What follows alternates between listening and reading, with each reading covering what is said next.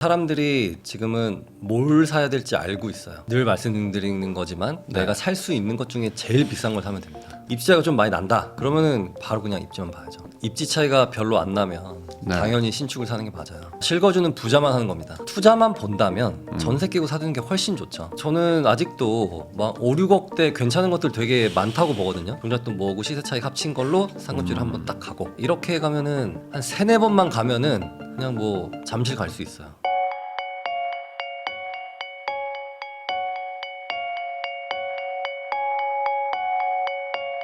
안녕하세요. 부익남TV의 부익남입니다. 오늘은 이제 16년차 부동산 투자자로 활동하고 계신 송희구 작가님 모시고 지금 부동산 시장을 어떻게 접근하면 좋을지 이야기 한번 나눠보겠습니다. 작가님 안녕하세요. 안녕하세요. 네, 작가님도 요즘에 드라마 대본 쓴다고 바쁘시다고요. 네, 뭐 정신 없습니다. 이제 김 부장 이야기가 이제 드라마로 이제 제작이 이제 시작되는데 네, 방영일이 한 9월 정도. 네, 한 9월 정도 예상하고 있습니다. 네, 그래서 지금 이제 막판 작업을 하시느라 바쁘신데 오셨습니다. 왜냐면 이제 송희구 작가님이라고 얘기를 하니까 또 이제 책을 쓴 작가 이렇게도 생각하시지만 이제는 드라마 작가님이세요. 네, 이제 앞으로 영화 드라마 쪽으로 한번 진출해 보려고 합니다. 네, 그래서 잘 이제 될지는 모르겠어요. 마무리를 이제 잘 하려고 이제 노력하고 계시는데 어쨌든 오늘은 이제 부동산 전문 투자자로 이제 모셨으니까 또 한번 이야기 나눠보도록 하겠습니다.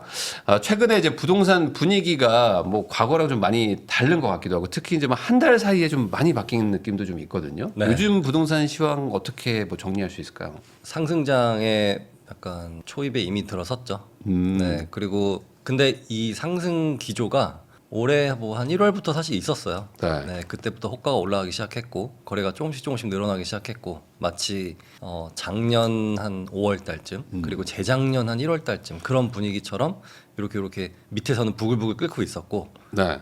지금은 그게 수면 위로 올라왔습니다. 근데 이게 뭐 지역이 좀 아직은 한정적이다 뭐 이렇게 봐야 될까? 아니면 뭐 전반적인 뭐 어떤 뭐 분위기가 좀 이렇게 확산되고 있다고 봐야 될까요? 일단 뉴스에 나오고 사람들이 직접 체감하는 거는 물론 뭐 잠실, 송파, 뭐 또 서초, 강남 이쪽인데 네. 지금 그 외에도 이미 좀 퍼져 있습니다. 뭐 이미 성동구에 있는 준신축, 구축, 네. 또 뭐 구성남, 또 뭐 이문, 장위 그 외에 그 비슷한 곳들 그런 곳들 이미 다 호가가 거의 한 5천씩은 다 올라간 상태. 그게 그 토어제 풀린 이후인가요? 아니면 그 전에도 약간 그랬었던 건가요? 그 전에 약간 전조 증상이 있었는데 아. 이게 딱 어떤 트리거 역할을 한 것 같아요. 그러면은 작년 연말만 해도 뭐 분위기 안 좋다 막 그랬었는데 1월부터 이렇게 좀 달라진 어떤 이유는 뭐라고 생각하십니까? 원래 그 나이키 그래프를 그리거든요. 그래서 나이키. 네, 네. 이 11월, 12월, 1월이 네. 약간 비수기긴 해요. 네. 네, 그러다가 한 2, 3월이 되면은 이렇게 싹 상승세를 보이는 그런 패턴이 과거에도 자주 있었어요. 네.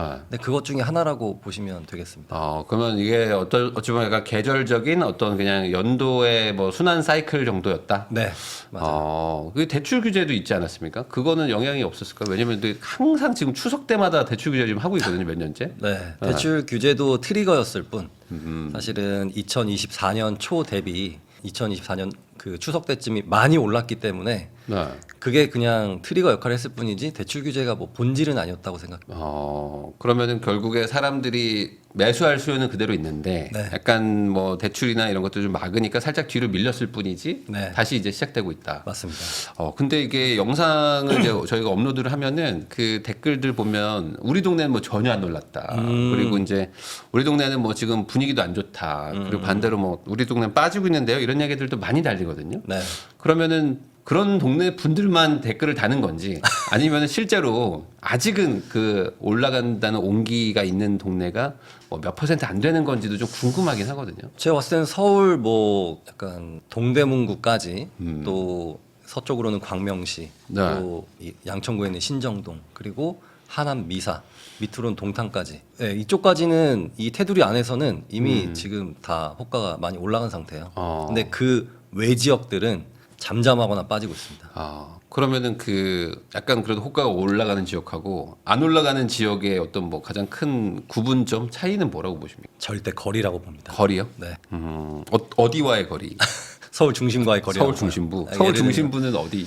뭐 고속터미널이라고 봅니다. 아, 고속터미널과의 거리. 네. 네. 왜 그렇게 보세요? 뭐 그게 절대적인 거리라기보다는 일단 절대 거리가 멀어버리면 이게 심리적 저항선이 생기거든요. 네. 그래서 동탄까지는 그래도 저는 괜찮다고 봐요. 근데 동탄 이남으로 내려가게 되면은 이 물리적인 거리와 심리적인 거리가 너무 멀어지게 됩니다. 네. 그리고 또 이 동대문구 또 일부 노원구 위로 가게 되면은 지하철로는 그래도 한 번에 갈 수 있는데 차로 가는 게 진짜 힘들어요. 네. 그리고 또 서쪽으로 가게 되면은 이 광명하고 이 양천구 신정동 그리고 마곡을 더 벗어나는 서쪽은 또 너무 서쪽입니다. 네. 이게 저도 한번 강서구 쪽 갈 일 있어가지고 가보면은 생각보다 시간이 많이 걸려요. 맞아요. 특히 차로 갈 때는 쉽지 않아요. 큰맘 먹고 가야 되는 그 시간이 나오긴 하더라고요. 네. 그러다 보니까 좀 말씀하신 대로 이제 뭐 노원도 마찬가지고 뭐 지하철이나 이런 걸로는 뭐 갈 수는 있는데 확실히 어떤 뭐 차를 끌고 간다거나 아니면 무슨 뭐 영업 때문에 무슨 뭐 일하러 가시는 분들 입장에서는 조금 좀 거리감이 있기도 하거든요. 네. 그런 차이가 지금 집값의 가장 큰 어떤 뭐 이 뭐랄까 구분점이다. 네. 그리고 사람들이 지금은 뭘 사야 될지 알고 있어요. 네, 어느 지역에 어느 정도 상품성을 사야 되는지 알고 있기 때문에 네.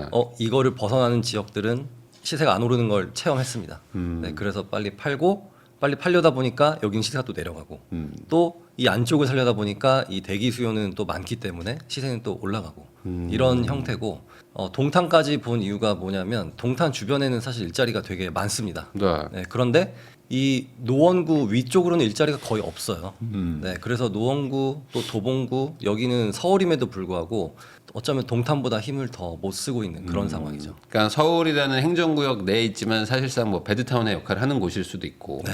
동탄은 거리는 좀 있지만 그래도 삼성전자들 뭐 네. 어쨌든 그 인근에 반도체 네. 기업들이 많다 보니까 네, 차라리 그쪽이 더 오히려 좀 수요가 높을 수도 있다. 맞아요. 네. 그리고 거긴 다 신축이고 네. 이 노원구랑 강북구는 다 구축이고 그리고 재건축 분담금도 너무 많이 나오고 네. 네, 이런 요소들이 합쳐서 어. 네, 그렇게 되고 있는 것 같아요. 그러면은 아까 말씀하신 것처럼 사람들이 이제는 좀 뭘 사야 될지 알고 있다라고 얘기하셨는데 그게 말씀하신 어떤 그 거리감, 네, 그게 있고 또 다른 거는 아까 말씀하신 또 신축일까요? 신축 선호 현상도 뚜렷해지고 있죠. 네, 사람들이 일단 삶의 만족도를 중요시하기 때문에 야, 전세 갈 거면 이왕 전세 신축으로 가자. 아. 그리고 또 실거주 할 거면 재건축 이거 언제 기다리냐? 10년 언제 기다려? 우리의 삶도 있는데 아. 나는 커뮤니티 가서 헬스도 하고 스크린 골프도 하고 뭐 사우나도 하고 싶다. 네, 근데 재건축 가면 이거를 못 하잖아요. 그리고 얼마까지 못 할지도 몰라서 그냥 계속 신축으로 쏠리고 있는 그런 현상입니다. 구축도 살아보시고 신축도 살아보셨잖아요. 네, 차이가 큰가요? 커요. 뭐가 제일 커요? 지하 주차장이 제일 큽니다. 아 주차장. 네, 일단 눈비를 안 맞을 수 있는 게 정말 크고 그리고 또 커뮤니티 이용도 정말 잘 하고 있고요. 커뮤니티 사우나. 네, 목욕탕. 아. 네, 그래서 사우나 가면 할머니들하고 할아버지 막 바글바글 하시잖아요. 항상.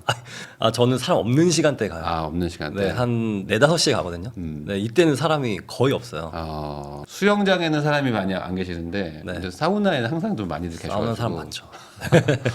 근데 사우나보다 사실 그거는 이제 뭐 없는 데도 많으니까 지하 주차장의 유무가 가장 클 수 있을까요? 어찌 보면 그게 가장 크게. 크죠. 네, 그게 가장 크고 요즘은 또 좋은 차를 많이 타잖아요. 네. 네, 그래서 뭐 이렇게 눈비 맞고 막 새똥 떨어지고 또 이 구축 아파트는 이 폭이 좁아서 네. 이 문콕이 되게 흔해요. 아, 그렇죠. 근데 요즘은 살짝 넓게 나와서 뭐 그런 관리 측면에서도 훨씬 더 좋다고 볼 수 있고 그리고 또 겨울에도 만약에 회사로 가게 되면은 이 패딩을 안 입어도 돼요. 아 그럴 수 있죠. 네, 그냥 가디건만 입고 출근해서 그냥 바로 회사에서 올라가는 네, 그런 편의성도 여러 가지 네, 역할을 하는 것 같아요. 그러면은 꼭 신축은 아니어도 지하 주차장이 좀 완비되어 있는 그런 정도의 연식대들은 같이 좀 이번 어떤 상승 때 같이 갈 수 있는 거라고 봐야 될까요? 네, 충분히 그렇다고 봐요. 그래서 지하 주차장이 있고 그 다음에 계단식인 곳들, 네 그런 곳들은 뭐 신축하고 큰 다른 점이 없어서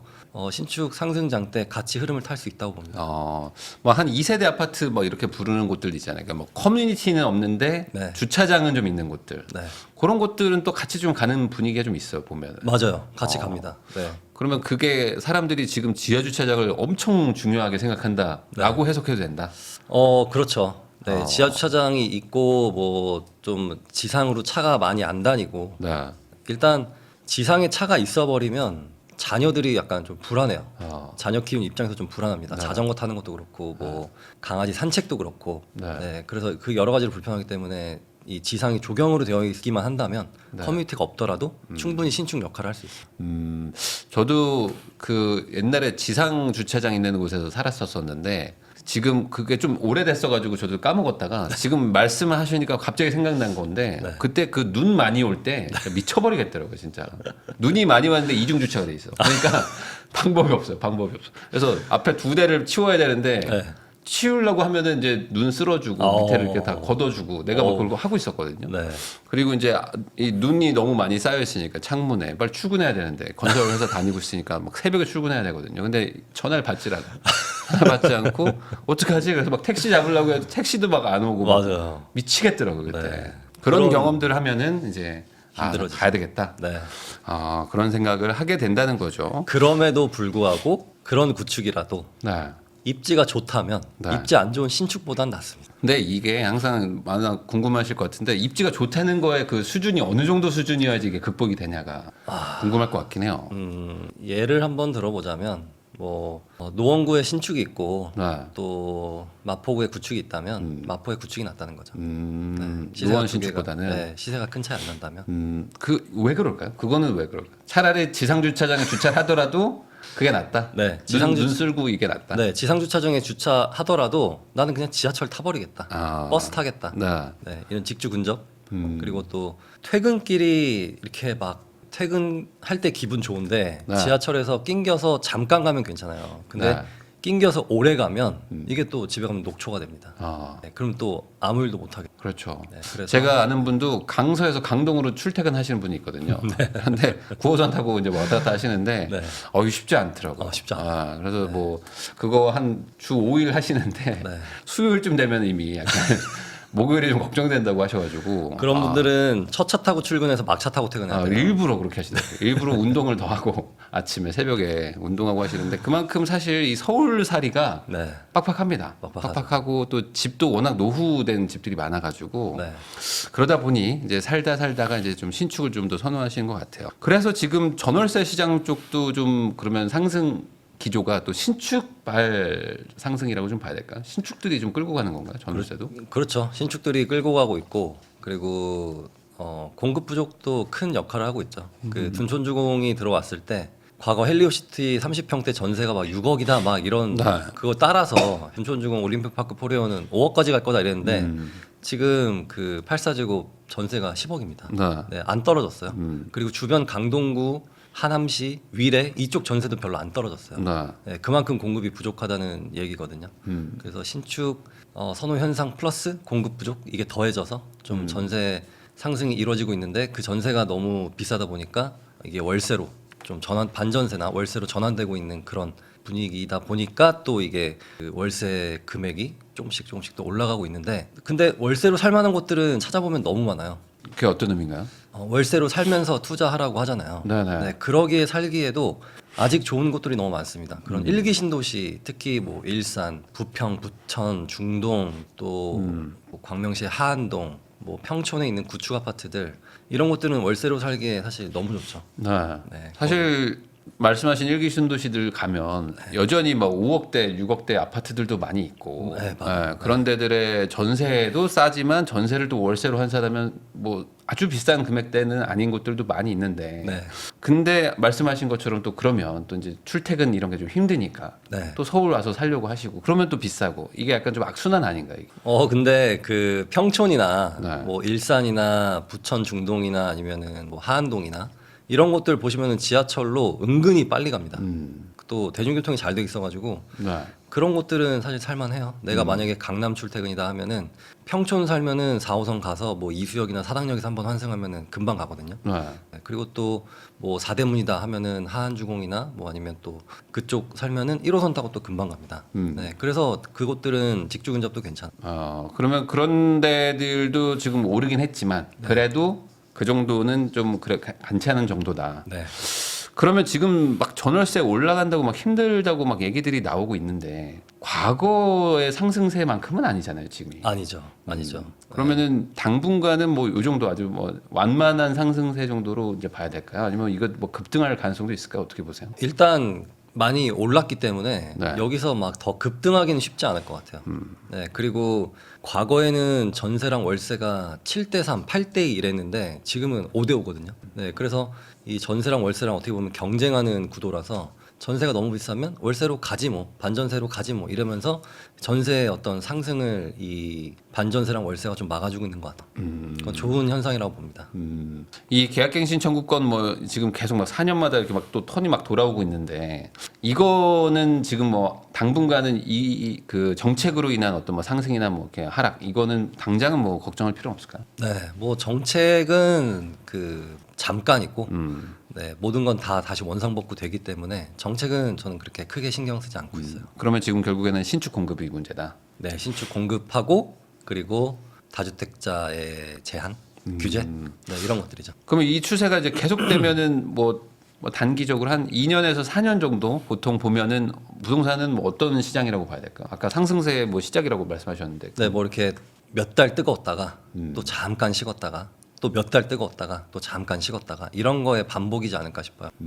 그래서 사람들은 뜨거울 때 막 달려들려고 하고 네. 식으면은 기다려볼까 이러다가 또 뜨거워지면 또 이렇게 달려들려고 하거든요. 네. 네, 근데 이게 좀 식었을 때 보는 것도 충분히 괜찮습니다. 그 예를 들어 작년 뭐 11월, 12월 이럴 때쯤. 맞아요. 네, 그때 많이 들었던 질문 중에 하나가 더 기다릴까요? 이 질문이었어요. 네. 근데 지금 또 막 올라가기 시작하니까 이제서야 막 이렇게 그 뛰어드시거든요. 네. 네, 그래서 좀 잠잠할 때 약간 태풍이 오기 전에 그때 하셨으면 좋겠어요. 그러니까 내 마음속에 조금 더 기다릴까요라고 질문을 하고 싶으면 사라. 맞아요. 정확합니다. 네. 그리고 반대로 지금 살까요라고 생각이 든다면 사지 마라. 네, 이건가요? 네, 뭐 괜찮은 매물이 있으면 사도 좋겠지만 네. 갑자기 호가를 막 몇 억씩 올려버린다. 이거는 굳이 따라서 안 사도 될 것 같아요. 제가 연락받은 분이 잠실 2월 초에 팔고 그다음에 강남 가서 살려고 네. 알아보던 와중에 토어제 풀려가지고 갑자기 네. 풀려가지고 지금 갑자기 졸지에 무주택자가 되셨어요 지금. 난감하죠. 갑자기 지금 3억 5천 정도 올랐다고 해가지고 호가가. 네. 그래서 그걸 못 사게 돼서 다시 잠실 쪽을 알아보고 있는데 잠실도 지금 못 사게 됐어요. 세금 떼고 이렇게 취득세랑 생각하니까 이것도 못 사게 돼서 갑자기 지금 이사를 다른 동네로 가야 될 것 같은 생각을 하고 계시더라고요. 어떻게 해야 되냐고 막 그러시는데 이런 분들은 어떡하죠? 지금이라도 그냥 사야 되나요? 어떡하죠?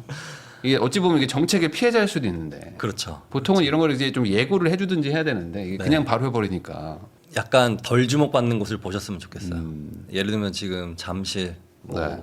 대치동 이쪽이 한창 주목을 받고 있다면 그래도 상대적으로 덜 주목받는 개포나 방배나 뭐 이쪽을 보셔도 충분히 괜찮지 않을까 싶습니다. 그 말은 지금 주목받는 곳들이 너무 지금 약간 단기 과열 느낌으로 막 뜨겁다고 봐야 되는 건가요? 맞아요. 네. 그래서 잠실을 지금 막 이렇게 2, 3억씩 주시는 분들은 네. 조금 다른 지역도 같이 봤으면 좋겠다라고 말씀을 드리고 있습니다. 네. 그러다 보니까 그분들이 진짜 옆에 보는지 옆 동네들도 지금 약간 호가가 올라가고 있던데. 네, 그래도 옆에가 차라리. 네. 근데 더 오르는 지역은 잠실보다 상급지, 예를 들면 네. 반포나 대치, 뭐 이쪽은 더 오르는 게 맞거든요. 그런데 잠실에서 이렇게 비슷한 급지들 있잖아요. 네. 거기는 상대적으로 덜 올랐어요. 네, 잠실보다 덜 올라서 그쪽 보셔도 괜찮습니다. 그러니까 뭐 동네를 명확하게 얘기는 안 하겠지만 강남구에서도 뭐 조금 덜 오른 데들도 분명히 있으니까 네. 그런 데들을 차라리 보라. 네. 근데 말씀하신 대로 막 올라간다고 하면 그거 따라 사고 싶은 게 사람 마음이잖아요. 근데 이걸 좀 눌러야 된다. 네, 좀 참을 필요가 있죠. 이미 뭐 타이밍은 좀 지났으니까. 네, 이게 예를 들어서 뭐 이렇게 순차제로 올라왔다. 네. 그러면 괜찮은데 그냥 뭐 이런 규제 풀렸다고 갑자기 2, 3억이 올라버렸다? 이거는 저는 좀 과열이라고 생각해요. 단기적으로는 좀 과열일 수 있다. 네. 이렇게 정리할 수 있겠습니다. 네, 왜냐하면 이 규제라는 것은 그냥 잠깐의 사람의 심리를 조율할 뿐 결국에는 돌아가거든요. 네. 그렇죠. 송희구 작가님하고 이야기 나누고 있는데요. 자, 그러면 좀 또 하나 여쭤보겠습니다. 얼마 전까지만 해도 어쨌든 집값은 떨어진다는 얘기가 진짜 많았고, 저는 이제 댓글 가지고도 많이 판단하는데, 네. 2월 초까지는 거의 뭐 집값 올라간다는 사람은 집단 리치 당하는 스타일이었거든요. 거의 뭐 누가 하나 뭐 집값 올라간다면은 댓글이 막 수십 개가 달려가지고 네. 말도 안 되는 소리 하지 말라 막 이랬는데 지금은 좀 약간 좀 분위기가 좀 달라졌어요. 확실히 좀 달라졌고 네. 이제는 뭐 올라간다고 말하는 사람들이 더 많아진 그런 느낌도 좀 들거든요. 네. 이게 정말 2주 만에 이렇게 달라졌는데 그게 어쨌든 그 시발점은 토지거래 허가구역이 풀리면서 서울의 거래량이 막 갑자기 늘어났다 이런 기사들이 쏟아져서인 것 같거든요. 이 토지거래 허가구역이 이만큼의 역할을 해야 되는 수준이었다고 보세요? 아니면 왜 이렇게 된 거지?라는 좀 의문 좀 드세요. 사실 저는 토지거래 허가구역이 큰 역할을 했다고 생각하진 않아요. 네, 그런데 이렇게 뭐 대출 규제든 이런 거 해제든 뭐 그린벨트 해제든 이런 네. 것들은 부동산에 익숙하지 않으신 분들에게는 네. 되게 크게 느껴질 수 있어요. 마치 인사이동 같은 거죠, 회사에서. 네. 인사이동 한다면은 되게 크게 느껴지지만 사실 막상 하고 나면은 그냥 내 업무는 거의 비슷. 이런 경우가 많거든요. 뭐 회사가 매출이 갑자기 늘거나 그러지도 않죠. 네네네. 그렇게 전반적인 큰 변화는 없고 그냥 인사이동이라고 하면 되게 크게 느껴지듯이 마찬가지로 뭔가 정책의 변화가 있다라고 한다면은 어떤 공포심, 조바심 이런 것들이 생겨서 그게 그냥 트리거가 됐을 뿐이라고 생각합니다. 근데 이제 11월, 12월, 1월 이렇게 거래량이 좀 눌려 있었던 거가 이제 결국에는 사람들이 집을 좀 사긴 사야 되는데라고 이제 한 좀 기다려 볼까라고 하다가 갑자기 오늘부터 풉니다 이래 버리니까 네. 우선 사야 되나 이렇게 하면서 갑자기 쏠림 현상이 생겨서 이게 좀 된 거 같긴 하거든요. 저는. 네, 그런 이유도 있죠. 그 2023년 네. 말하고 초 뭐 이때만 봐도 비슷했어요 지금하고. 11월, 12월 1일은 잠잠했다가 2월 달부터 조금씩 살아나기 시작했거든요. 근데 그 와중에 갑자기 토어제가 풀렸다라고 해버리니까 더 이게 부스터 역할을 한 것 같아요. 그러면은 그런 것도 좀 궁금한데 이게 안 풀렸어도 이렇게 됐었을 것이다. 결국에는 안 풀렸으면은 이렇게 결과는 똑같아요. 그런데 좀 이렇게 완만하게. 네 완만하게 갔을 것 같아요. 사실 지금 대출 규제가 막 아주 많이 풀리고 막 이런 거는 아니거든요. 네. 약간 풀리긴 했지만. 네. 그러니까 사실 그 작년 11월, 12월 대비 지금 딱히 뭐 조건이 많이 달라진 건 없는데. 맞아요. 네. 사람들 심리는 왜 이렇게 많이 달라졌을까요? 그래서 지금 또 정부에서 지금 대출 규제해야 되는 거 아니냐 뭐 이런 얘기들이 슬슬 나오고 있거든요. 그러면 이게 그냥 이렇게 사람들의 마음을 이렇게 갈대처럼 이렇게 확확 바뀐다. 맞아요. 만약에 뭐 한창 하락장이었던 2022년 있잖아요. 네. 2022년 그리고 2023년 초 이때도 갑자기 분위기가 변했거든요. 네, 그거는 어떻게 보면은 그냥 기다렸다가 했던 어떤 그 수요들이 이때쯤 한 2, 3월 때 쭉 몰려오는 것 같은 그런 느낌이 듭니다. 그러면은 지금 하락장이라고 예를 들어 생각을 했었을 뭐 한 3개월 전 네. 그때도 분명히 집 살려고 하셨던 분들이 있었는데 네. 그분들이 그때 집을 안 샀던 이유가 그거거든요. 생각보다 안 떨어진다. 그러니까 맞아. 우리 집은 호가가 막 빠지는데 네. 내가 갈 집은 잘 안 빠져가지고 그래서 막 걱정하다가 이번에 막 호가가 튀면서 거래가 된다고 하니까 막 패닉으로 사는 것도 있었던 것 같아요. 네, 그런 거 되게 많아요. 그러니까 원래- 이게 더 벌어질 것 같으니까. 네, 원래 그렇습니다. 내가 보고 있는 집은 안 떨어져요. 그러니까 내 집은 그럼 안 봐야 되나 그거? 안 보고 이렇게 곁눈질로 하고 있어야 되나? 내 집은 안 올라가는데 아. 남의 집은 더 많이 올라가는 것 같고 네. 남의 집은 막 더 좀 그런 것 같고 뜨거운 것 같고 네, 그런 심리가 늘 있어요. 왜냐면은 상급지를 보기 때문이에요. 네. 내가 가진 것보다 상급지는 원래 조금씩 더 많이 올라가는 경향이 있습니다. 그래서 부동산은 원래 좋았던 게 더 많이 올라요. 많은 분들이 착각하는 게 뭐냐면 많이 떨어진 게 좋은 거라고 생각하지만 네. 많이 떨어지고 안 올랐다는 것은 그만큼 이 회복력이 느리다는 뜻이거든요. 네. 네, 그래서 오히려 반등 좀 한 것들 그걸 더 유심히 보시는 게 맞습니다. 반등한 거를 봐라. 네, 반등한 걸 보셔야 돼요. 근데 예전에 같은 경우엔 결국에 또 대세 상승장 같은 게 한번 오면 네. 또 다 같이 가는 것도 있잖아요. 맞아요. 그리고 이제 이미 올라갔기 때문에 여기서 올라봐야 더 얼마나 오르겠냐라는 불안감도 있는데 그럼에도 불구하고 지금 시장은 반등해서 회복한 걸 봐야 되나요? 그러니까 전고점을 거의 돌파하거나 막 뚫고 넘어가는 거. 근데 만약에 이거는 금액대마다 좀 다른 것 같아요. 네. 내가 예를 들어서 종잣돈이 뭐 한 2, 3억 있다. 그런 분들이 보시는 아파트의 시세는 뭐 한 6억에서 뭐 한 9억 요 정도 왔다 갔다 거든요. 네. 이 정도는 아직 전고점 회복을 안 했어요. 네. 네. 근데 여기서 이 중에서도 떨어졌는데 전혀 반등 안 한 게 있고 떨어졌는데 반등을 살짝이라도 한 게 있어요. 그러면은 살짝이라도 한 걸 보셔야 됩니다. 그 차이가 뭐예요? 그 두 개의 차이가 뭘까요? 반등 안 한 거 앞으로도 반등하기가 쉽지 않아요. 대세 상승장이 오기 전에, 전국 불장이 오기 전에. 네. 근데 적당이라도 반등한 것들은 그냥 상급지가 반등하면은 그래도 그 흐름을 좀 타고 갈 수 있다는 그런 의미거든요. 그 말은 그 동네에서는 그래도 좀 실수요자들이 붙었다 맞아요. 정도로는 봐야 될까요? 맞습니다. 약간 지금 조금이라도 반등한 곳들은. 네.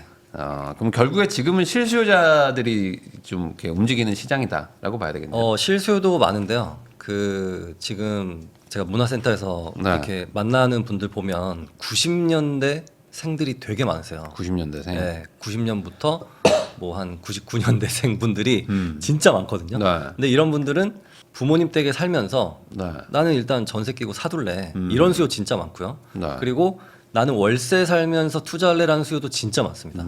예전에는 제가 결혼할 때만 하더라도 야 월세 살면은 야 또 약간 좀 그렇죠. 그랬잖아요. 안 좋게 봤어요. 네, 좋게 보진 않았습니다. 좋게 안 봤어요. 네. 근데 지금은 월세 사는 게 어떻게 보면 약간 트렌드가 돼 버렸어요. 그래서 약간 야 우리 젊을 때 좀 몸테크하고 나머지 일단 사두고 네. 뭐 몇 년 뒤에 들어가든지 아니면은 뭐 몇 년 더 살다가 갈아타기 한 번 하고 더 상급지로 가게 되면 그때 들어가든지 이런 약간 투자 마인드가 딱 탑재된 이런 부부들이 상당히 늘어났습니다. 그래서 실수요가 아니더라도 투자 수요도 많이 늘어났어요. 그냥 사실상 나중에 실거주를 할 수도 있는 거를 미리 사자. 네. 그 정도도 이제 투자 수요라고 볼 수 있는 거니까. 네. 그러면 지금 다들 이제 인터넷이나 뭐 언론이나 이런 거 보면은 지금이 상승장이냐 하락장이냐 이런 얘기들을 많이 하는데 네. 사실 실제로 집 사거나 투자할 때는 그게 아주 중요한 건 아니잖아요. 더 중요한 게 있지 않습니까? 왜냐면은 상승장이라고 해도 내가 살려고 하는 집이 빠지고 있으면 뭐 그렇죠. 그거 뭐 반대로 하락장이어도 내가 살려고 하는 집이 안 빠지면 의미가 없는 거니까. 그렇죠. 네. 결국에 지금은 개별 단지에 집중해야 되는 걸까요? 그렇죠. 그냥 내가 가고자 하는 그 아파트들의 시세 추이만 보면 됩니다. 뭐 전국 추이는 볼 필요가 없어요. 그래서 내가 보려고 하는 게 실거래가가 올라가고 있다. 그러면 상승장이고 내려가고 있으면 하락장이고. 네. 그렇게 보는 게 맞지. 뭐 전국적이나 아니면은 뭐 서울, 경기 이렇게 나눠서 이렇게 큰 덩어리로 볼 필요는 없다고 봅니다. 사실 생각하면은 서울이라는 지표도 의미가 없는 거잖아요. 뭐 네. 구라는 지표도 사실 뭐 크게 의미가 없는 것 같기도 하고. 크게 의미 없어요. 한 동 정도 돼야 뭐 좀 의미가 있을까. 네. 왜냐면 또 각기 다 다르게 움직이잖아요. 네, 그래서 동대문구의 어떤 아파트들은 무섭게 오르고 있는데 네. 어디는 정말 거래도 안 되고 막 오히려 호가는 점점 낮아지고 있어요. 네. 네, 그래서 동대문구가 상승장이냐 하락장이냐 이걸 논하기는 좀 그렇죠. 사실 논할 이유도 없죠. 우리가 뭐 국회의원도 아니고 구청장도 아닌데 사실 내가 살 집만 보면 되는 거잖아요. 네. 그럼 결과적으로 지금 집을 살려고 하시는 분들 입장에서는 그래도 뭔가 이 구가 같이 올라가는 느낌이면 마음이 좀 편한데 네. 그런 걸 아예 무시하는 게 좋을까요? 아니면 그래도 좀 상승하는 어떤 그 지표들이 나오는 지역을 먼저 보는 게 좋을까요? 늘 말씀드리는 거지만 어떤 지역을 따지지 않고 내가 살 수 있는 것 중에 제일 비싼 걸 사면 됩니다. 살 수 있는 것 중에. 네. 내가 살 수 있는 것 중에 뭐 전세를 끼고 사든 실거주를 하든 네. 제일 비싼 걸 사는 게 맞아요. 그래야 후회를 안 합니다. 많은 분들이 안전하게 살려고 네. 난 대출 1원도 안 받을 거야 라고 하고 매수하시면은 약간 후회해요. 네, 그래서 대출을 받아보는 것도 경험이고 대출을 잘 써야 이 레버리지 효과를 일으킬 수 있잖아요. 네, 네. 그래서 이 대출을 한번 받아보셔서 많이 받지는 않으시더라도 대출이 좀 무서우신 분들은 한 5천만 원만 받아서라도 네. 한번 약간이라도 좀 더 좋은 걸 사보시면은 아 대출이라는 게 이런 거나라는 것을 배울 수가 있습니다. 그러니까 제일 비싼 걸 사라는 게 결국에 이 부동산은 어찌 보면 다 서열화가 다 돼 있다 보니까 네. 비쌀수록 좋고 네. 뭐 좋은 거는 바로 체감이 되는 상품이니까 이제 그렇게 네. 하시라는 거잖아요. 맞아요. 근데 반대로 사고 나서 유지비든 뭐 이자든 이런 것들에 대한 부담도 분명히 있는데 네. 그러다 보니까 어디까지 비싼 걸 사야 되냐 자기가 그거에 대한 감이 안 올 수도 있지 않습니까? 제가 누누이 말씀드리는 건 원리금 상한 30년 네. 기준으로 했을 때 내 월 소득 세후 소득에 매달 나가는 돈이 30%가 안 되는 거예요. 네, 그래서 내가 만약에 세후 소득이 월 1,000이다. 네. 그러면 30년 원리금 상환 했을 때 300만 원이 저는 최대치라고 봅니다. 대충 DSR 40%일 것 같은데요. 왠지 대충. 네. 그러니까 은행에서 해주는 만큼 받아라. 네, 맞아요. 그 맞아요. 정도? 네, 그 이상은 안 받으셨으면 좋겠어요. 사실 요즘엔 좀 약간 기준이 이상해져가지고 은행에서 해주는 대출도 영끌이라고 말하시는 분들 많은데 네. 그게 영끌이라고 말하기는 좀 애매한 수준까지 좀 규제를 하고 있는 거잖아요. 그렇죠. 우리나라는 대출 규제가 되게 빡빡해서 네. 대출 잘 안 해주거든요. 뭐 그래서 뭐 전세를 끼고 사든 후순위를 받든 아니면 신용대출을 받든 내 소득 내에서 그냥 감당 가능한 수준이라면 저는 충분히 괜찮다고 봅니다. 진짜 영끌은 예전에 2010년 뭐 11년 요럴 때 그 뭐 지방 아파트 투자한다 그러면은 네. 주부인데 직장이 없는데 그냥 LTV 80% 해주고 신용대출도 얹어줘. 신용이 없는데요, 제가. 그래도 막 10%도 얹어줘가지고 90%까지 해주고 맞아. 혹시나 더 받으실 거 있으면 5% 더 해준다고 말했거든요. 맞아. 소득이 없는데 네. 그래도 막 해줬었어요. 근데 그런 거에 비하면은 사실 지금은 대출 규제가 되게 타이트하고 빡빡한 편이잖아요. 엄청 뭐 안전하게 규제를 하고 있죠. 네. 그러니까 그 정도 그러니까 은행에서 제도권에서 해주는 정도는 받는 게 좀 최대치의 느낌이다. 네. 아, 그래야 역전세도 대비할 수 있고 네. 아니면 뭐 세금 문제라든지 뭐 아니면 자기가 혹시 뭐 실직을 할 수도 있잖아요. 네. 그랬을 때 좀 감당 가능한 수준이 그 수준이라고 봐요. 근데 또 이런 것들 댓글 많이 달리거든요. 그러니까 뭐 이거 계산을 자기가 해봤는데 30년간 예를 들어 은행 원금을 뭐 5억을 빌리면 내가 이자 내는 것도 막 5억이다. 그러면은 뭐 집을 사가지고 뭐 이자까지 해서 거의 뭐 평생 돈만 갚다가 끝난다. 뭐 이런 얘기 하시는 분들도 막 많아요. 네. 이 이자 내고 하는 것들에 대해서 좀 부담스럽거나 하실 수도 있는데 이거를 좀 어떻게 사고 방식을 좀 바꿔야지만 이게 집을 살 수 있을까요? 그런 말씀하시는 분들은 대부분 대출을 안 받아봤을 가능성이 커요. 네. 그리고 대출이란 것은 30년 동안 막 열심히 갚는 게 아니라 그 중간중간에 계속 변화가 있거든요. 네. 그러니까 예를 들면 시세 차익을 좀 보던지 네. 아니면 뭐 전세금이 살짝 오르던지 뭐 그런 것들로 상환하는 방법도 있고 또 나중에 보통 이 대출은 어떻게 보면 계속 안고 가는 거라고 볼 수도 있어요. 그래서 약간 좀 더 좋은 자산을 미리 사두는 그런 개념으로 보시는 게 맞을 것 같아요. 아니 그리고 이제 가장 중요한 건 주거비를 계산 안 한 거죠. 주거비도 어쨌든 그 이자 안에 포함이 돼 있는 건데. 그렇죠. 네. 뭐 그래서 그 밑에 대댓글로 네. 그러면은 너는 뭐 어디 그 텐트 치고 자니? 뭐 이런 댓글이 항상 달리거든요. 네. 근데 그런 것들까지 고려를 해봐야 되는 거죠. 그렇죠. 그리고 이제 인플레이션도 생각을 해봐야 되는 거고. 네, 내가 내 집에 사서 들어가는 비용도 네. 그것도 반드시 계산을 하셔야죠. 만약에 내가 이거를 대출 받아서 전세 끼고 사게 되면은 나는 어디선가 또 월세를 사야 되는데 네. 월세 비용도 또 나가잖아요. 네, 네. 그런 것과 상쇄된다고 보면 되겠습니다. 그래서 결국에 집을 사서 좀 덜 후회하려면 내가 살 수 있는 능력 한에서는 최대한 좀 비싼 거를 사야 그래야 나중에 뭐 갈아타는 비용도 좀 아낄 수 있고 네. 그리고 만족을 할 수 있다. 네. 이렇게 그리고 정리할 수 있다. 원래 좋은 게 더 많이 올라요. 네. 근데 또 상급지가 또 빠질 땐 더 빠진다 뭐 이런 얘기들도 있지 않습니까? 빠질 땐 더 빠지는 건 맞아요. 그런데 반등장도 또 빨리 와요. 조금만 빠졌다 싶으면 금방 회복합니다. 예를 들어서 그 뭐 반포있는 레미안 퍼스티지 같은 경우 30 뭐 한 3, 4억까지 갔다가 이게 네. 막 26억까지 갔어요. 네. 그러다가 지금 한 43억까지 다시 갔거든요. 네, 그래서 하락장이 오면은 또 사람들이 또 확 달라붙어요. 네. 그렇기 때문에 또 금방 또 회복을 합니다. 네, 근데 그거보다 밑에 급지들은 회복력이 살짝 조금씩 점점 더 느려지죠. 네. 그래서 결국에는 감당할 수 있는 만큼 대출 받고 그 다음에 만약에 빠지더라도 버티자. 네, 맞아요. 그 버틸 수 있을 만큼만 받아야 된다. 맞습니다. 라고 정리하면 되겠네요. 네. 송희우 작가님하고 이야기 나누고 있는데요. 그러면 이제 좀 지역이나 좀 단지 이런 것들 얘기를 하면 좋을 것 같은데요. 우선은 지금 신축 선호도는 계속 되고 있는데 네. 신축은 또 얼마 지나면 또 구축이 되거든요. 그러면은 지금 그래도 아직은 트렌드가 신축이니까 지금 최신축들을 사는 게 맞는 건지 아니면 어차피 구축이 될 거라면 뭐 연식 한 10년에서 20년 사이에 그래도 입지가 조금 더 좋은 데들로 사는 게 맞는 건지 이런 것들을 궁금해하실 것 같아요. 입지 차이가 별로 안 나면 네. 당연히 신축을 사는 게 맞아요. 그럼 가격 차이가 나잖아요.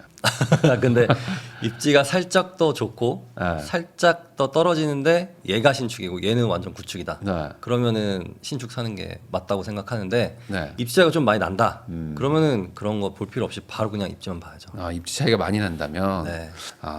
그러면은 신축 트렌드는 그 입지를 이길 수는 없다. 그렇죠. 네, 입지를 입지를 이길 수 이기기는 없죠. 어렵다. 뭐 극단적으로 보면은 이제 판문점 근처에 신축과 네. 그리고 여기 뭐 서초동 근처에 구축. 가격 차이가 많이 나잖아요. 그 정도는 이해하실 것 같은데 애매할 때잖아요. 애매할 때. 지하철 한 4정거장 차이인데 연식이 조금 차이가 나요. 막 이런 것들. 근데 만약에 그 구축이 네. 지하 주차장도 있고 엘리베이터가 연결되어 있고 커뮤니티 없더라도 이 정도면은 그게 더 날 수도 있겠으나 막 이중 주차에다가 막 주차 대수가 세대당 1대, 네. 한 대 이런 거 있거든요. 네. 이런 것도 되게 불편할 수 있어요. 네, 그런 것들은 어떻게 보면은 더 신축이 더 날 수도 있죠. 아무래도 그 전세가율이라든지 네. 그리고 사람들의 어떤 신축 선호 현상 이런 게 겹쳐서 그럼 오늘의 결론은 지하 주차장이네. 지하 주차장이 있으면 괜찮다. 네, 지하철장이 있는데 엘리베이터로 연결이 되어 엘리베이터랑 연결돼서 직결돼 있으면은 네. 괜찮다. 그 정도까지는 그 정도인 데서 최대한 입지 좋은 데로 가라. 맞아요. 그 정도. 맞아요. 네. 그리고 입지가 조금 빠지더라도 내가 신축을 사야 된다면은 내가 갈 돈으로는 지상 주차장밖에 못 갈 때. 그럴 때는 차라리 신축으로. 네, 맞아요. 네. 이렇게 정리할 수 있겠네요. 세대수가 중요하다고 보세요. 세대수. 세대수 중요하죠. 중요하죠. 왜냐면 세대수 작은 신축, 세대수 큰 구축 뭐 이런 것들도 있잖아요. 너무 어려운데. 왜냐면은 막 400세대인데 신축이야. 네. 근데 여기는 막 1200세대인데 오래된 막 20년 된 구축 있지 않습니까? 지상 주차장 좀 일부 있고. 그래서 사람들이 이런 거 고민 많이 하거든요. 그게 같은 급지라면 네. 저는 신축 선택하겠습니다. 같은 급지라면 네. 차라리 400세대 정도는 저는 괜찮다고 봐요. 그런데 이게 뭐 한 150세대다 네. 이러면 안 되죠. 그러니까 나홀로나 뭐 한 두 동 정도는 안 된다. 네, 안 됩니다. 한 최소 한 대여섯 개 동은 있어야. 네. 네, 이게 아파트의 어떤 이 규모. 형태를 갖추고 있기 때문에 네. 네, 400세대 정도 신축 그리고 옆에 있는 1000세대짜리 구축하면 저는 400짜리 신축하겠습니다. 금액이 뭐 같다는 전제하에. 네. 그러면 아예 큰 단지들 있잖아요. 뭐 1000세대, 막 2000세대, 막 3000, 5000세대 이런 것들. 네. 그런 초대형 단지들은 더 메리트가 있다고 봐야 되나요? 아니면 1000세대, 1500세대 넘으면 뭐 비슷하다 뭐 이렇게 봐야 될까요? 어떻게 보세요? 저는 비슷하다고 생각해요. 네. 네. 이게 어떤 의미에서? 일단 뭐 한 1000세대가 넘어가기 시작하면 나는 그 단지를 거의 한쪽만 가요. 네, 전부 다 안 가거든요. 그렇죠. 네, 내가 만약에 예를 들어서 지금 아마 헬리오시티 사시는 분들 보면 동선이 딱 정해져 있을 거예요. 아마 저 구석구석까지 다 안 갈 겁니다. 네. 그래서 뭐 1000세대건 아니면 뭐 이게 5000세대건 저는 큰 차이는 없다고 생각합니다. 초등학교도 뭐 두 개라서 아예 따로따로 다니고 네. 막 그러니까 실제로 내가 지나다니는 동은 한 10개도 안 될 걸요. 아마 맞아요. 대부분 나머지 동들은 그냥 저기 있는 거지 그냥. 네. 근데 이제 세대가 커지면 어찌됐든 뭐 관리비라든지 아니면 뭐 커뮤니티가 들어와도 뭐 하나라도 더 들어오고 네. 뭐라도 관리가 좀 더 잘 되니까 네. 그런 의미에서 제가 여쭤본 건데 한 1000세대 넘어가면 큰 차이는 없다. 네. 이게 너무 크면은 네. 커뮤니티가 또 먼 동이 있어요. 있죠. 네, 그런 분들은 또 커뮤니티를 잘 이용 안 하게 될 수도 있어. 막 차 타고 가거든요. 커뮤니티 갈 때. 네. 내가 이렇게 가야 되나? 막 이런 생각도 하시고 네. 또 인원이 많다 보면 그만큼 막 파손이라든지 분실이라든지 네. 이런 것들 지금 그래서 어떤 신축 아파트 그 사우나에 네. 드라이기가 다 없어졌대요. 맞아요.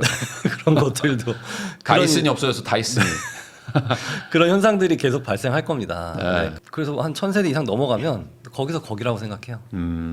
그 잠실 가면은 막 5000세대 막 이렇게 되잖아요. 네. 근데 이제 상가가 다 이제 구석에 있어가지고 네. 저 멀리 있는 분들은 차 타고 지하 주차장에서 차를 타고 오세요. 그리고 저번에 한번 봤는데 어떤 분들은 이게 막 두 개를 들고 네. 한 10분을 걸어가야 돼. 그러니까 이게 같은 단지가 오히려 더 힘들 수도 있는 거죠. 맞아요.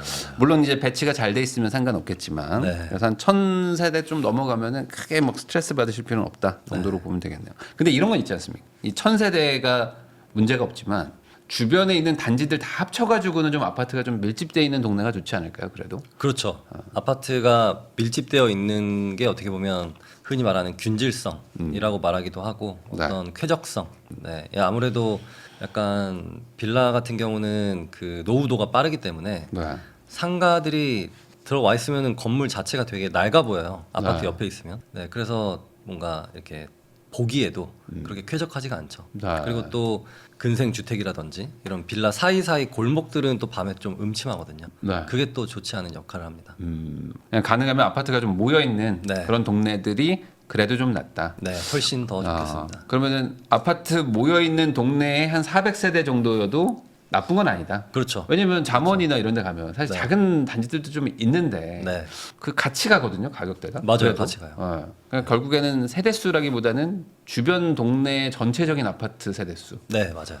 네, 그것도 되게 중요하고 그런데 그런 막 이렇게 밀집 지역에 한두 동짜리다. 네. 이건 또 안 되나요? 그건 안 되고. 네, 이건 또 안 됩니다. 한두 동은 안 돼. 한두 동 안 돼요. 네, 최소한 그래도 몇 동은 돼야. 네, 한 5개 동은 있어야 돼요. 5개 정도. 알겠습니다. 그러면 지금 집을 사려고 하시는 분들 입장에서는 사실 영상만 보면 다 각자 입장이 다르기 때문에 뭐 금액대로 좀 어느 정도 얘기를 하면 좋을 것 같은데 지금 예를 들어 한 6억대, 7억대, 뭐 8억대 이 정도 그 정책자금 받아가지고 살 수 있는 집들은 지금 분위기가 어떻다고 보세요? 저는 지금 되게 그쪽은 많이 안 올랐어요. 네, 근데 그쪽으로 퍼질 수도 있다고 생각하거든요. 네. 네, 그 저는 지금 좋은 타임이라고 봅니다. 퍼지는 어떤 계기나 이유는 뭘까요? 지금 뭐 동작, 강동, 네. 뭐 마용성은 이미 많이 올랐고요. 네. 동작, 강동도 이미 많이 올랐고, 그다음 동대문구, 양천구도 많이 오른 상태. 그 다음 급지인 그 경기도 쪽에 있는 인덕원, 네. 그리고 구성남, 또 광명, 그다음에 또 하남 이쪽까지 여기가 지금 부글부글 하고 있거든요. 네. 그렇게 되면은 그 살짝 밑에 있는 뭐 수지구청이라든지 네. 그쪽들이 또 자극을 받을 것 같아요. 그럼 생각보다 빠르게 경기권까지 좀 퍼질 것 같다라고 보시는 거예요? 네. 그러면 지금 작가님은 그 이번 어떤 상승이 경기도권까지 좀 빠르게 퍼진다. 아마도 약간 좀 그 정도까지 퍼지면 약간 대세 상승도 개념되는 거 아니에요? 근데 그런 지역들은 네. 이미 살짝 저점 대비 반등을 한 곳들이에요. 그냥 거기서 살짝 더 탄력을 받을 뿐이지 네. 정말 평상시에도 오르기 힘든 곳들이 있거든요. 네. 정말 먼 곳들. 네, 네, 네. 그런 곳들은 가기 힘들 거라고 봐요. 아, 네, 거기는 오히려 지금 계속 떨어지고 있죠. 그러니까 이제 뭐 경기도권 안에서도 양극화가 이제 본격적으로 더 일어난다. 네. 이렇게 봐야 되는 거네요. 네. 그러면은 지금 아마 듣고 계신 분들이 현실적으로 한 6에서 9억대들 많이 보실 거예요. 이 네. 금액대가. 그런데 거기는 올해는 좀 그래도 살만하고 네. 그러면은 산다면은 뭐 상반기나 아니면 최대한 빨리 사야 되는 게 좀 맞다고 보세요. 네, 그 맞아요. 가격대는. 저는 오히려 지금 뭐 마포나 뭐 그런 강동이나 동작 그렇게 많이 선호되는 곳들 있잖아요. 네. 그런 곳들은 제가 당장 사세요라고 약간 조심스러워요. 네, 너무 많이 올랐고 오히려 반포나 그런 뭐 대치 이쪽은 오히려 편합니다. 네. 거기는 항상 그냥 신고가기 때문에 네. 그냥 여기는 그냥 아무 때나 사셔도 됩니다라고 말할 수 있지만 오히려 그 바로 밑에 끝인 동작 또 목동 뭐 마포 성동 이런 쪽은 약간 조심스럽긴 해요. 그렇지만 그 아직 여파가 가지 않은 한 6억대 9억대는 지금 뭐 충분히 괜찮다고 봐요. 그러면은 한 12에서 15억대, 16억 요 정도 구간대들도 애매하잖아요. 여기는 어떻게 해야 될까? 거기도 지금 살짝 덜 올랐어요. 올라봐야 많이 올라야 막 5천 이 정도거든요. 네. 네, 그래서 괜찮고 근데 한 17억 넘어가는 곳들 여기가 지금 막 1, 2억씩 그냥 뚝뚝 올랐어요. 그럼 지금 말씀하시는 그 금액대는 5구제곱을 기준으로 말씀하시는 맞습니다. 거죠? 5구제곱. 네. 그러면은 12, 15억 요 정도도 나쁘진 않다. 네, 나쁘지 않습니다. 이쪽이 뭐 보시면 상도동에 상당히 많고요. 네. 그리고 마포에 있는 신축 말고 좀 구축이나 준신축들.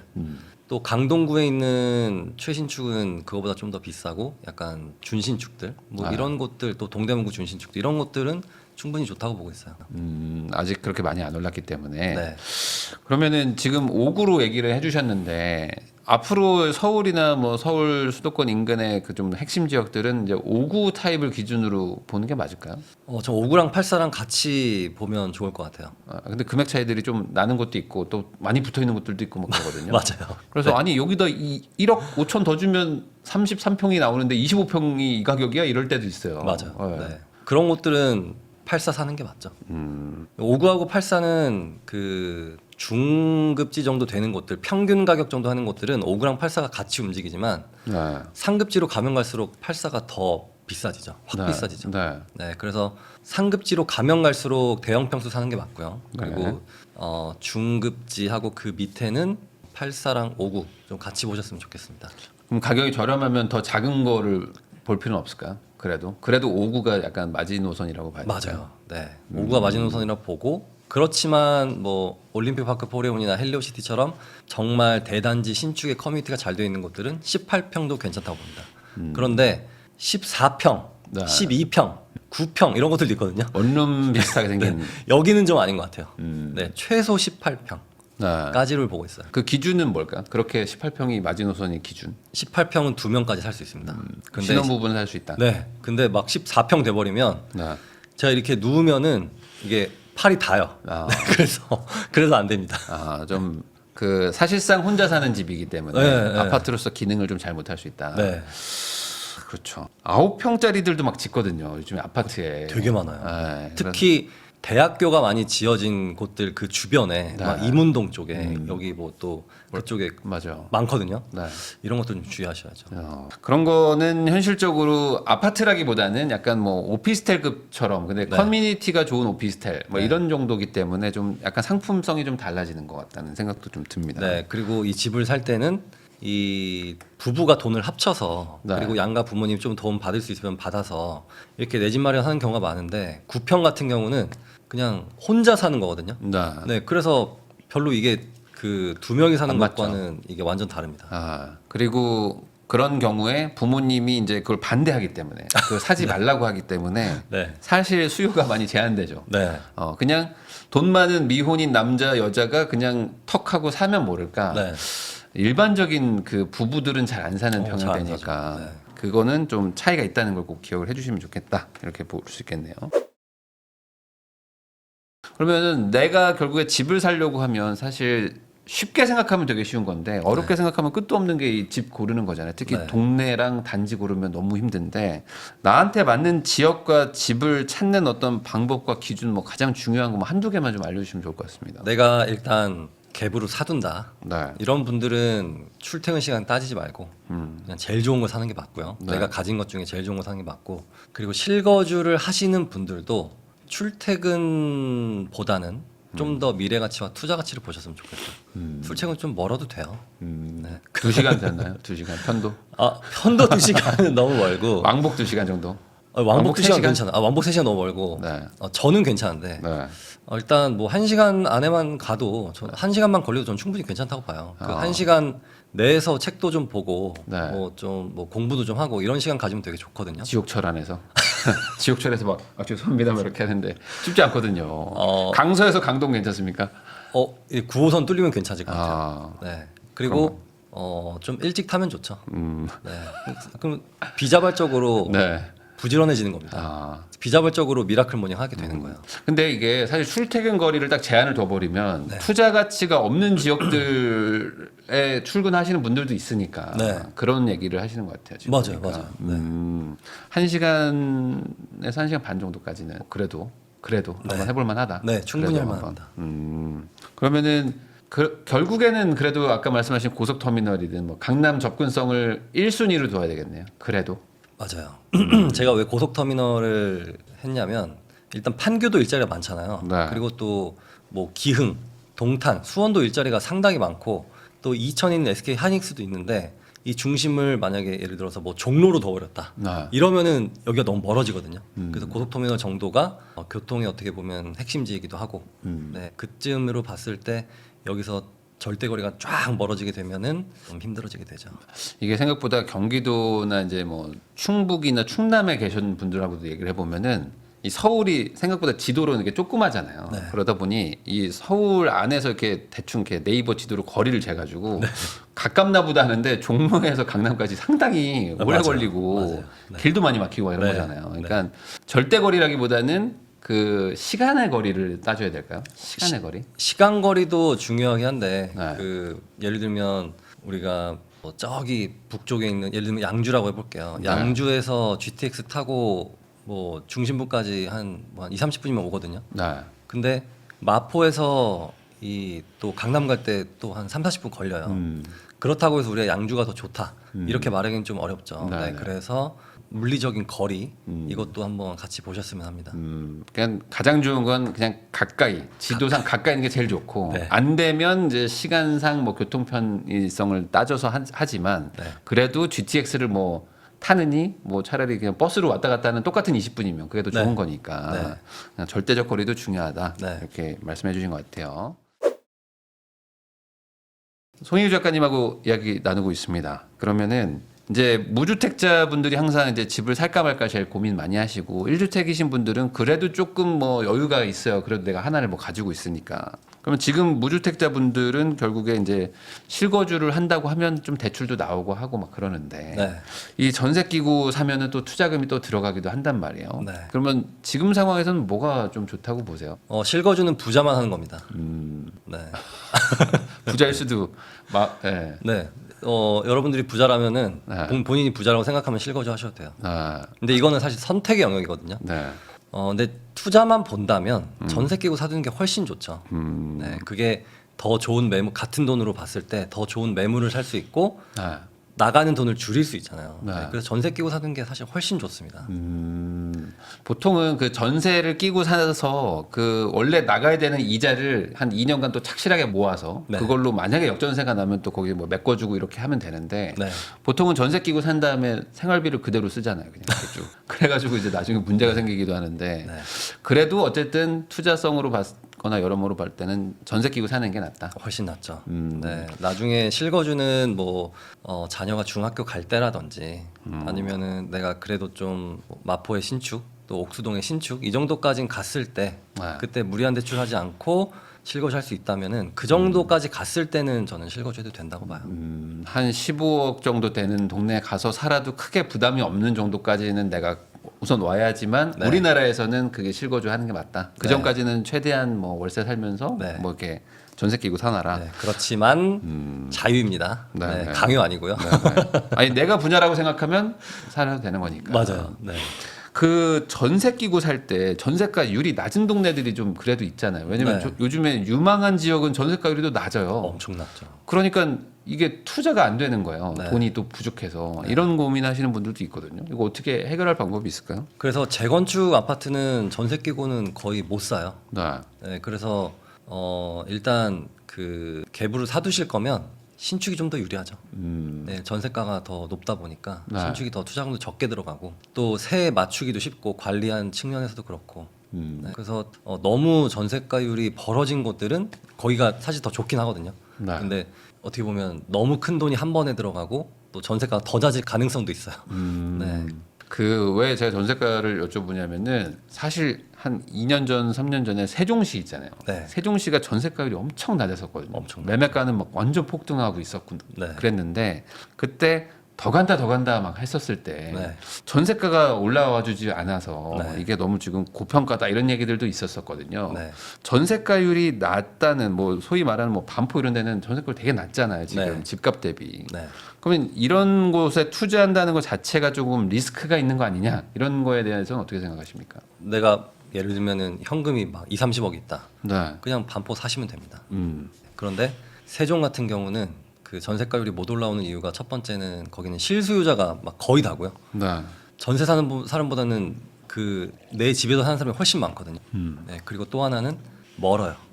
이게 고속터미널에서 멀잖아요. 네, 그래서 좀 부담스러워요. 네. 네, 이게 예를 들면 이게 수요가 집 수요가 전국구 수요냐 네. 아니면 그 지역 한정 수요나를 봤을 때 세종은 정말 한정 수요예요. 대전, 청주, 세종 요 한정 수요지만 전세 수요 말하는 거죠. 전세 실거주 수요 플러스 네, 네. 투자 수요 네, 네. 뭐 다 해서 근데 이 서울 경기도 쪽은 전국구거든요. 네, 그래서 예를 들면 내가 부산에서 살다가 아니면 또 광주에서 살다가 서울로 왔는데 서울 너무 비싸네. 그러면 그 근처 경기도로 가볼까? 이렇게 되면서 전국구 수요가 되지만 세종은 정말 세종시에서 일하는 사람들만 네. 네, 이렇게 보기 때문에 전세가가 올라가기 쉽지 않다 봐요. 그러면은 전세가율이 지금 어쨌든 낮은 동네들도 상급지면은 상관이 없는데 네, 상급지가 아니라면 이왕이면 전세가율이 좀 높은 데를 보는 게 좀 그래도 나을까요? 맞습니다. 네, 그 예를 들면 뭐 세종에 지금 아파트가 8억짜리가 있고 네. 그리고 전세가가 2억이다. 그러면은 이 갭이 6억이잖아요. 네. 근데 그 금액으로 동대문구나 서대문구에 가면은 좋은 거 많이 살 수 있어. 그래서 거기를 보는 게 더 맞다는 거죠. 그러면 1주택자분들은 지금 갈아타기 해야 되는 시기일까요? 어, 뭐 큰 틀에서 봤을 때 보통 1주택자시면은 갈아타기 하려면 1, 2년 전에 사신 분들이라기보다는 네. 한 6, 7년 전에 사신 분들도 많잖아요. 그러면 그런 분들 뭐 한 6억에 샀는데 지금 막 12, 13억 돼 가지고 막 15억, 16억대 막 보고 계신 분들도 있거든요.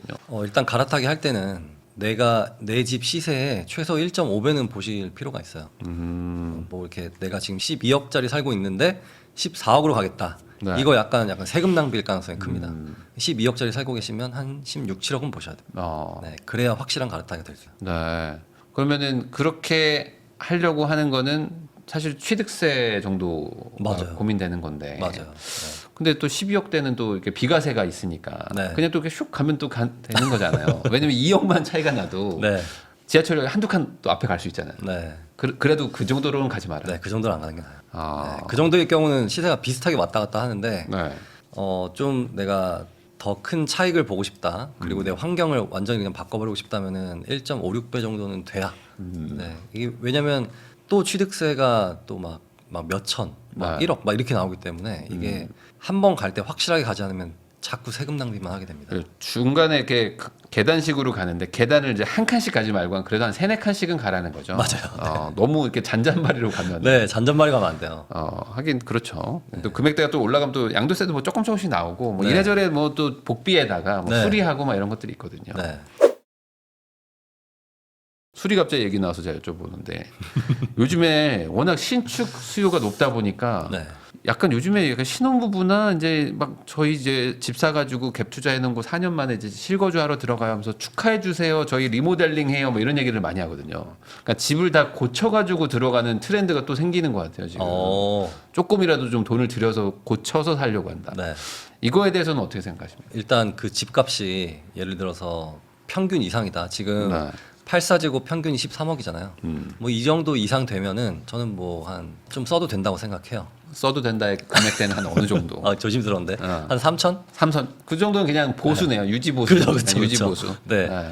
그런데 예를 들면 집값이 뭐 한 6억에서 10억이 안 된다. 네. 이러면은 잘 생각하셔야 돼요. 왜냐면은 그때 그 금액대 수요층들은 난 수리 안 된 거 그냥 1,000만 원 싼 거 살래 이러거든요. 네. 그 1,000만 원, 2,000만 원이 상당히 크게 민감하게 반응하기 때문에 여기에는 집값이 낮으면 낮을수록 이 수리비에 큰 돈을 쓰시면 안 됩니다. 네. 네. 그리고 안 하고 차라리 그냥 시세대로 파는 게 맞지. 네. 했다고 해서 나 여기 3천 더 받을래 하면은 매수세가 안 붙어요. 네. 그런데 좀 고가 주택 같은 곳들 같은 경우는 수리한 게 확실히 더 좋긴 하죠. 사람들이 야 이거 내가 언제 이거 뭐 인테리어 업체 알아봐서 언제 수리하냐 뭐 이런 그게 더 크기 때문에 고가 주택일수록 인테리어비에 투자를 해도 괜찮지만 네. 그거는 반대. 그 기준이 한 13, 4억이고 금액대는 뭐 한 3, 4천 정도 그냥 네. 잠깐 정도 하는 거지 막 한 1, 2억 들여가지고 하시는 분들도 많거든요. 한 10억 안 되는데 그러면 안 됩니다. 그런 거 막 나만의 공간 막 이런 거 있잖아요. 네. 그런 거는 회수하기가 힘들다. 힘들죠. 사실 그건 이제 어찌 보면 상식적인 얘기일 수도 있는 거니까. 네, 그래서 예를 들면 그 건물 리모델링 있잖아요. 네. 건물 리모델링도 이런 예를 들면 뭐 역삼동이나 뭐 논현동이나 이렇게 좋은 곳에서 이렇게 네. 공사 비용을 투자하는 건 괜찮거든요. 네. 근데 어디 지방에서 뭐 허 벌판에 좀 이게 낡아서 막 여기에 리모델링이 막 2, 3억을 쓴다. 네. 그럼 전혀 안 되는 거죠. 그거랑 같은 개념이라고 보시면 됩니다. 최근에 또 이런 것도 있는데 사람들이 이제 집 사러 갔어요. 최근에 막 분위기 좋다고 하니까 가봤더니 예전에 한 3주 전에 갔을 때 금액이 예를 들어 10억이었는데 네. 그 사이에 또 막 5천, 1억이 막 오른 거예요. 네. 그래서 그래 사자 했는데 또 주인이 막 약간 고자세로 나오면서 네. 약간 분위기 보니까 한 3, 4천 더 올릴 것 같은 분위기. 계약서 쓰러 가면. 그래서 지금 살까 말까 막 고민하는. 그러니까 막판에 계속 올리니까 추격 매수해야 되나요? 이거 고민 많이 하시는데 그런 분들 진짜 많죠. 어떻게 할까요? 지금 같은 상황에서는. 근데 그 시세 자체가 고점하고 가깝다. 네. 고점을 한참 넘어선 게 아니다. 그러면 저는 괜찮다고 보고요.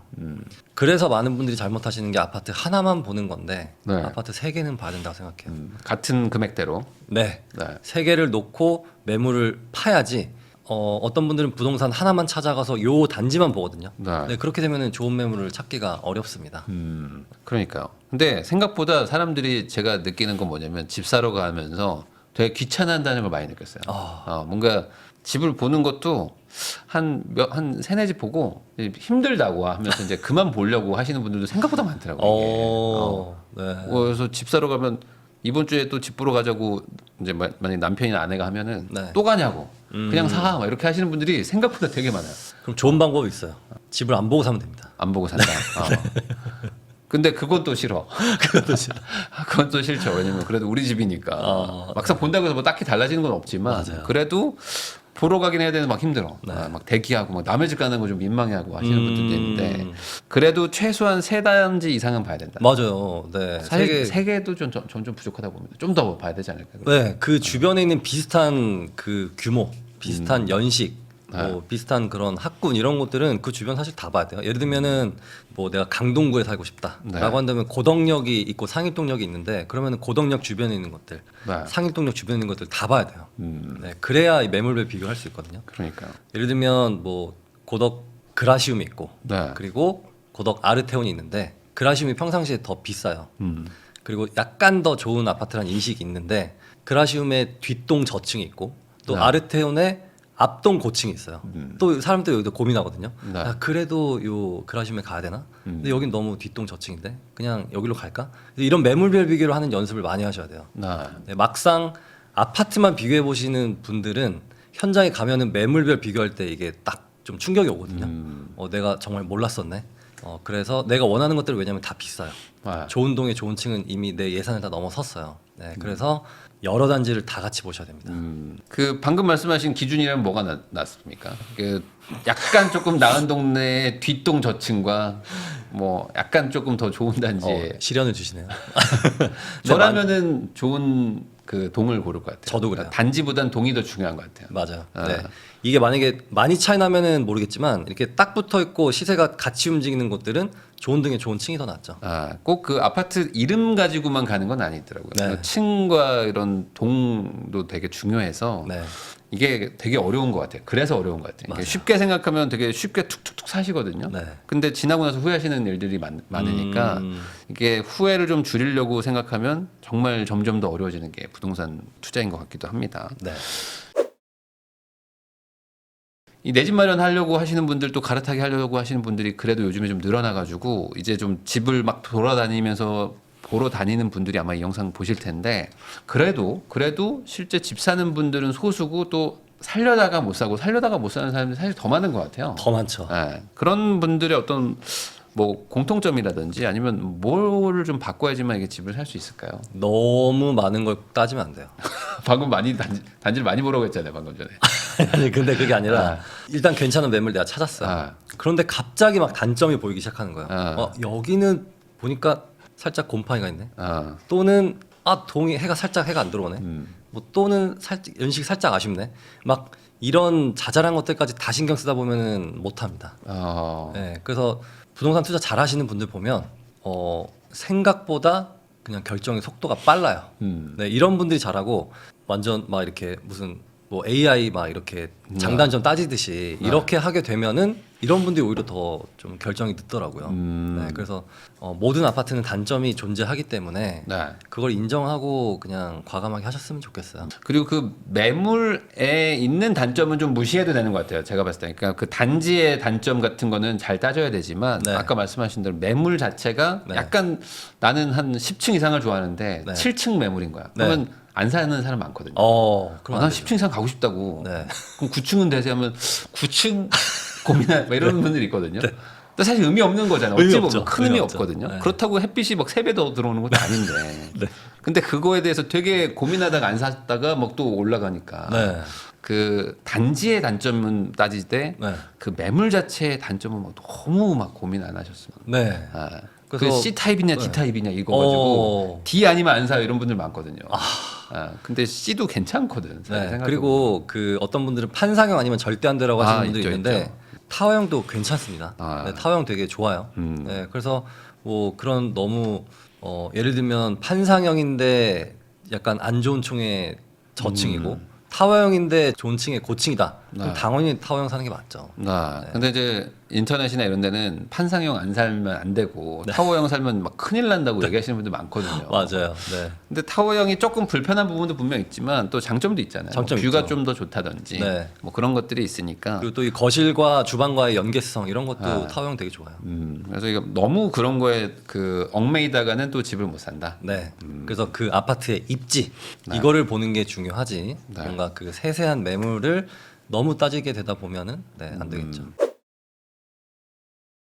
그러면 또 마지막으로 요즘에 뭐 미국 주식 투자 많이들도 하시고 네. 그리고 뭐 코인도 많이 하시고 네. 그래서 이제 부동산 투자하지 말고 뭐 그 미국 자산 그러니까 달러 자산 사라. 뭐 이제 세계랑 이제 연결돼 있는 걸 사지 뭐 한국 어차피 망하는데 왜 사냐 이런 얘기 하시는 분들 많거든요. 네. 이렇게 부동산 투자 외적인 어떤 금융 투자 이런 것들에 대해서는 어떻게 생각하십니까? 전 좋다고 봐요. 네, 그래서 뭐 S&P 500이나 네. 아니면 코인을 대표할 수 있는 비트코인이나 네, 이런 것들을 가지고 있는 건 좋은 것 같습니다. 근데 그걸로 시작했다가 이제 옆으로 가시니까 문제인데 다른 걸로 막 맞아요. 알트코인 가고 막 하잖아요. 네, 막 갑자기 곧버스하고 막 네. 인버스하고 이러니까 막 마이너스 80% 하고 하는데 네. 그냥 안전한 곳에 그냥 쭉 묻어두는 게 가장 좋죠. 지금 알트코인 투자하신 분들 지금 완전 거의 막 지금 장례식 분위기입니다. 네, 장난 맞아요. 아니거든요. 맞아요. 근데 네. 알트코인 하지 말라고 해도 그렇게 되게 되는 게 좀 있는 것 같기도 해요. 있죠. 그래서 아예 안 하는 게 좋을까 아니면 그래도 아예 안 하는 게 나을 금융자산- 것 같아요. 네. 혹시나- 왜냐면은 그걸로 한번 벌어보면은 네. 그냥 그것만 하게 돼요. 어. 내가 지금 왜 부동산 왜 하지? 네. 그러면서 집 팔고 막 그냥 이걸로 갖다 쓰기 때문에 그런 거 주의하셔야 됩니다. 그러니까 본인의 절제력이 좀 강력하시면은 해도 되지만 네. 그런 게 좀 불안불안하시다고 하면은 뭐 차라리 그런 게 막 좋더라도 네. 그냥 돈 착실하게 모으는 게 낫다. 네. 그리고 저 같은 경우는 달러나 엔화가 네. 확 떨어졌을 때 사놔요. 유로화랑 같이. 네. 그래서 얼마 전에도 엔화가 막 860원까지 갔을 때 맞아요. 그때 많이 샀거든요. 네. 그리고 또 달러가 한때 1160원까지 갔을 때 있었어요. 네. 그때도 또 많이 샀어요. 어. 그래서 지금 뭐 야금야금 빼쓰고 있죠. 제가 아는 분도 엔화가 900깨지니까 네. 그때부터 야 이거 저점이다 이거 사가지고 860에 던지고 나왔어요. 계속 빠지니까. 그러면 안 돼요. 계속 빠져가지고 860에 던지고 이제 엔화 안 한다 하고 이제 다시 940인가 50고 쭉 가더라고요. 네. 그래서 이게 쉽지 않다. 엔화 투자도 다 쉽지 않기 때문에 결국에 여윳돈 가지고 하는 게 가장 맞는 것 같아요. 그렇죠. 여윳돈 가져가셔야죠. 그럼 반대로 부동산 투자는 왜 좋은 걸까요? 그럼 반대로 부동산 투자는? 팔기가 쉽지 않아서 그래요. 그리고 한정되어 있잖아요. 네. 그리고 이게 또 개인 간 거래다 보니까 어떤 뭐 기관이나 세력. 네, 그게 아. 들어올 수가 없어요. 네, 그래서 이것도 들쭉날쭉하지 않고 어떤 시세 왜곡도 잘 없고 네. 그냥 시세 흐름을 가다가 고평가 구간이 오면은 하락장이 오고 하락장이 길어지면 다시 이렇게 상승장이 오고 이런 자연스러운 현상이다 보니까 네, 더 안정적인 것 같다는 느낌이 듭니다. 그러니까 사실 기관이나 어떤 뭐 돈이 많은 그런 데들이 들어오긴 참 어려운 그런 시장이니까 어렵죠. 그나마 좀 일반인들이 이 안에서 성공률을 높이는 게 가능하지 않나라는 생각도 좀 들긴 들거든요. 네, 이 주식이나 코인 같은 거 사실 우리는 뭐 몇백 몇천 가지고 하지만 저기는 뭐 몇십 조를 들고 다니는 친구들랑 같이 1대1 붙는 거잖아요. 맞아요. 그러니까 이거를 이기는 게 참 쉽지 않기도 않습니다. 하고 네. 그리고 막 인위적으로 막 빠질 때도 있고 막 그런 것들까지 맞아요. 네. 고려하면은 이렇게 볼 수 있겠네요. 그래서 내 집 마련은 필수입니다. 그게 참 어렵잖아요. 내 집 마련이. 네, 그러니까 그게- 기준을 낮추든지 돈을 더 벌든지 해야 되는데 네. 둘 다 힘드니까. 그럴 때는 어떻게 해야 될까요? 그래도 기준을 낮춰서라도 뭘 하나 사는 게 맞을까요? 저는 아직도 막 5, 6억대 괜찮은 것들 되게 많다고 보거든요. 네, 그런 것들은 충분히 매수하셔도 괜찮다고 봐요. 네, 근데 그런 막 다 그런 거는 사지 말라고 사람들이 막 하니까. 뭐 지방에 그런 것들은 주의하겠지만 좀 뭐 안양이나 뭐 일부 수지구청이나 네. 뭐 광명이나 또 아니면 일부 노원구나 뭐 이런 곳들에 5, 6억대 되게 괜찮은 것들 많기 때문에 그런 것들 일단 한 채 해놓으시고 그 다음에 살짝 시세 차익 보는. 근데 왜 그런 것들은 더 떨어질 수가 없어요. 공사비가 있기 때문에 네. 그렇게 5, 6억대들은 더 떨어지기도 쉽지가 않습니다. 떨어져봐야 많이 안 떨어져요. 네. 그래서 그러니까 이제 그런 공사비가 많이 올랐으니까 반대로 하방이 또 이제 많이 네. 올라온 거죠. 네, 그래서 그런 거 초년생분들은 그런 걸로 시작하시고 종잣돈 모으고 시세 차익 합친 걸로 상급지를 한번 딱 가고 네, 이렇게 가면은 한 3-4번만 가면은 네. 그냥 뭐 잠실 갈 수 있어요. 가능할까요? 네, 가능해요. 세네 가능해요. 번 만에 네, 3-4번 만에 가능합니다. 노원 5억에서 잠실 30억으로 갈 수 있어요. 네, 갈 수 있어요. 대신 나는 월세 산다는 가정입니다. 월세 산다는 거죠. 네, 그리고 잠실도 일단 갭으로 사둔다는 가정이에요. 음. 입주가 아니고. 네. 알겠습니다. 꼭 3-4번 성공해가지고 네. 우리도 이제 근데 이게 뭐 말씀하신 게 뭐 몇 년 안에가 아니잖아요. 그러니까 꽤 긴 시간 동안 이제 간다는 거죠. 그렇죠, 그렇죠. 10년 이상 걸리죠. 네. 그래서 부동산 투자가 결국 레버리지기 때문에 또 이렇게 운대가 잘 맞으면 또 이렇게 한번 또 이렇게 확 업그레이드 되는 경우들이 있으니까 네. 지금 좀 어렵다고 해서 뭐 아예 자포자기 하지 마시고 또 착실히 또 돈도 모으고 또 소득도 높이고 이러면서 또 기회를 보시면 좋을 것 같습니다. 지금까지 송희구 작가님과 함께 현재 부동산 시장부터 이제 어떤 투자를 해야 되는지 다양한 이야기 나눠봤고요. 이 영상이 여러분들의 이 투자 결정에 많은 도움이 되셨기를 바랍니다. 다시 한번 시청해 주셔서 감사하다는 말씀 전하면서 저도 작가님하고 인사 나누겠습니다. 오늘 나오셔서 감사드립니다. 네, 감사합니다.